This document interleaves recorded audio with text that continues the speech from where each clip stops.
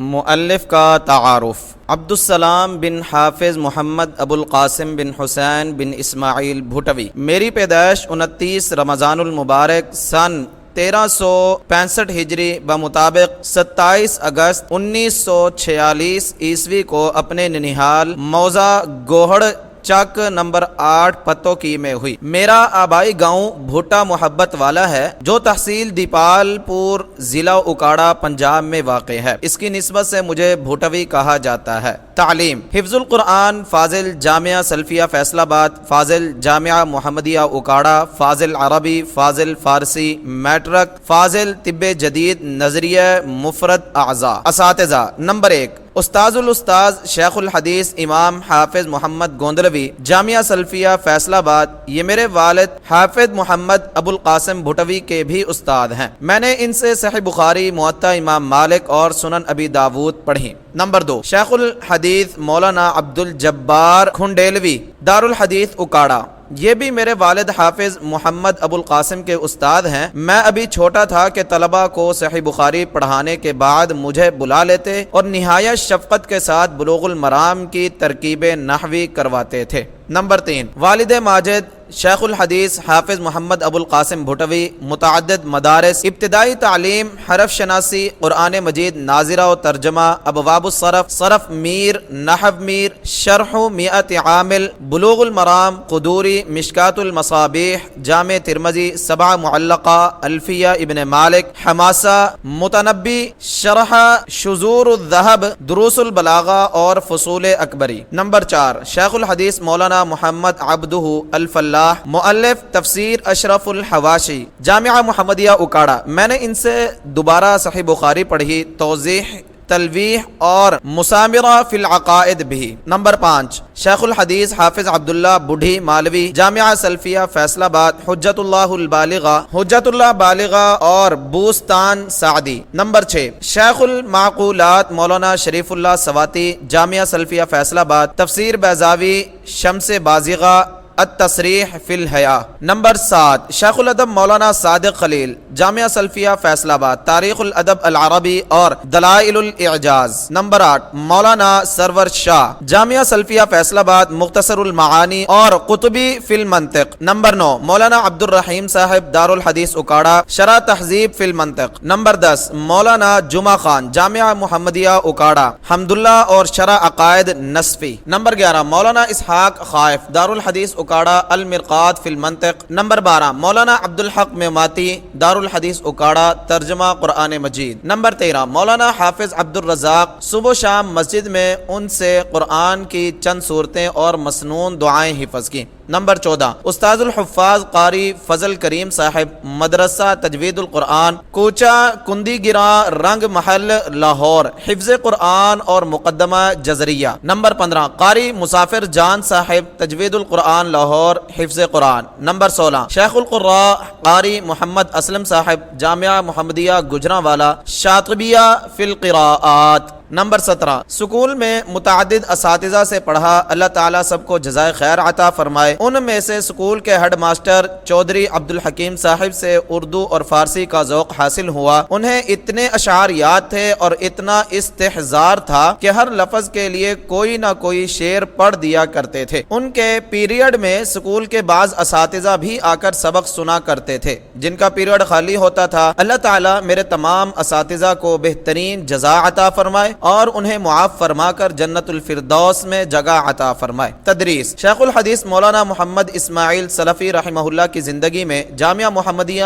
گجرانوالہ میں سن 1966 عیسوی میں پڑھانا شروع کیا۔ 3 سال تک ان کی نگرانی میں پڑھاتا رہا۔ ان کی وفات کے بعد شیخ الحدیث مولانا محمد عبداللہ رحمہ اللہ کی زیر نگرانی جامعہ محمدیہ گجرانوالہ میں سن 1992 تک تقریباً 27 سال قمری پڑھاتا رہا۔ اس دوران مولانا محمد عبداللہ صاحب نے مجھے جامعہ تدریس القرآن والحدیث جامع مسجد روڈ راولپنڈی میں صحیح بخاری پڑھانے اور خطبہ جمعہ اور درس دینے کے لیے بھیج دیا اور کہا کہ اگر تمہارا دل وہاں نہ لگے تو کہیں اور نہیں جانا، واپس آ جانا۔ میں 1 سال وہاں رہا، پھر واپس جامعہ محمدیہ گجرانوالہ میں آ گیا۔ شوال سن 1412 ہجری بمطابق اپریل سن 1992 کو جامعہ محمدیہ گجرانوالہ سے استعفیٰ دے کر مرکز طیبہ مرید خطے میں آ گیا اور یہاں جامعہ الدعوت الاسلامیہ کا آغاز کیا۔ آج 9 جمادی اولی سن 1442 ہجری بمطابق 25 دسمبر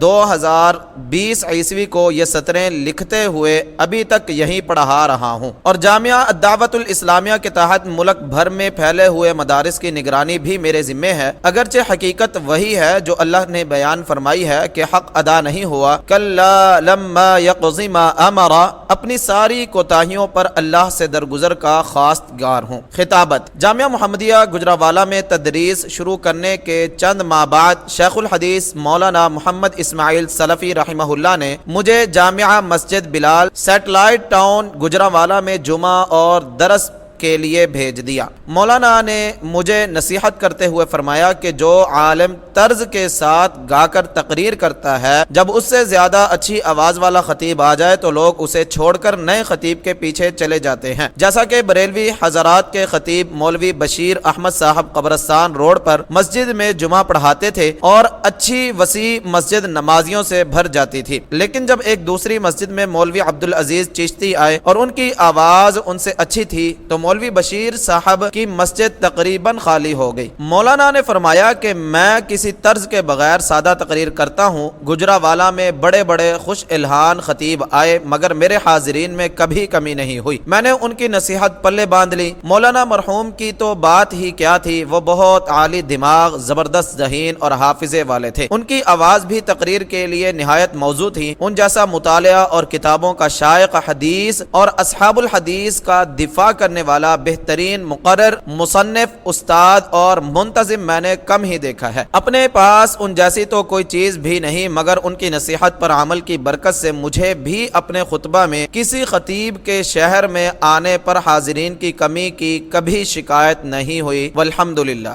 تقریباً 7 سال میں نے مسجد بلال سیٹلائٹ ٹاؤن میں خطابت کی، پھر شیخ الحدیث مولانا عبداللہ صاحب نے مجھے مسجد بلال محلہ اسلام آباد میں جمعہ پڑھانے کا حکم دے دیا۔ کچھ عرصہ میں وہاں جمعہ پڑھاتا رہا، پھر ان کے حکم پر جامعہ مسجد تدریس القرآن والحدیث راولپنڈی میں تدریس اور جمعہ پڑھانے کے لیے چلا گیا۔ 1 سال کے بعد واپس آ گیا تو انہوں نے مجھے جامعہ مسجد طیبہ وحدت کالونی گجرانوالہ میں جمعہ پڑھانے کے لیے مقرر کر دیا۔ جب شہر میں پیپلز کالونی بنی اور اس کے وسط میں جامع مسجد الفتح بنائی گئی تو مولانا عبداللہ صاحب نے مجھے وہاں خطیب مقرر کر دیا۔ چنانچہ 1988 عیسوی سے لے کر آج 25 دسمبر 2020 تک وہیں خطیب ہوں، الحمدللہ۔ اولاد: میں نے 4 شادیاں کی، ان میں سے 2 اس وقت موجود ہیں۔ اللہ تعالیٰ نے مجھے 4 بیٹے اور 1 بیٹی عطا فرمائی ہے، عبد الرحمن، عبداللہ، عمر، محمد۔ چاروں حافظ قرآن اور عالم دین ہیں اور چاروں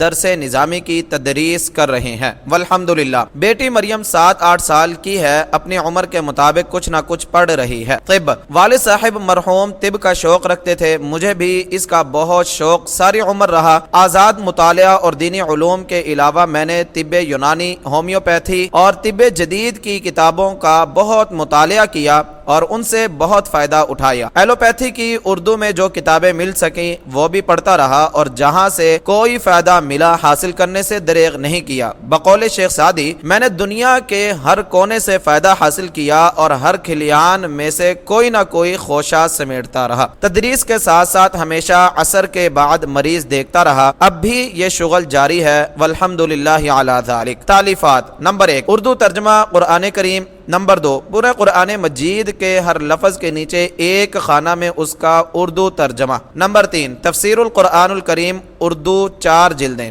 نمبر 4 اردو شرح کتاب الجامع من بلوغ المرام، نمبر 5 ترجمہ اسلامی عقیدہ از جمیل زینو، نمبر 6 احکام زکوٰۃ و عشر و صدقۃ الفطر، نمبر 7 ہم جہاد کیوں کر رہے ہیں، نمبر 8 مسلمانوں کو کافر قرار دینے کا فتنہ، نمبر 9 مسلمانوں میں ہندوانہ رسوم و رواج، نمبر 10 ایک دین 4 مذہب، نمبر 11 مسنون دعاؤں کی کتاب حسن المسلم کا اردو ترجمہ، نمبر 12 اردو شرح کتاب الطہارہ من بلوغ المرام، نمبر 13 اب صحیح بخاری کا اردو ترجمہ اور اس کی متوسط شرح لکھ رہا ہوں جو اس وقت تک 3000 احادیث تک پہنچ چکی ہے، 4500 احادیث باقی ہیں۔ اس شرح کی پہلی جلد کے چھاپنے کی تیاری ہوئی تو میں نے آگے شرح کا کام روک کر پہلی جلد کی ابتدا کے لیے امام بخاری اور صحیح بخاری کے حالات لکھے، اس کے بعد شرح کا مقدمہ لکھا۔ اب اپنے احوال زندگی لکھ کر عزیز بھائی محمد اشتیاق اصغر صاحب کے سپرد کر رہا ہوں تاکہ وہ پہلی جلد مکمل کر کے اسے چھاپنے کا اہتمام کریں۔ ربنا تقبل منا